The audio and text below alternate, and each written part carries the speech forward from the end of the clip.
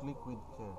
In a world of click and endless screens, our data hides behind unseen machines. Privacy isn't just a lock or code. It's our story, our life, the path we rode. One careless click, one weak line, and a stranger's claim what should be mine. So guard your passwords, think before you share, because safety online means living with care.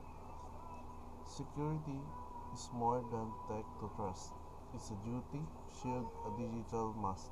Protect yourself, protect us all. In IT, privacy is the strongest one. And my reflection is my piece raise awareness, reminding people that privacy is our personal story and needs protection. It encourages responsible IT practices like using strong password and thinking before sharing online.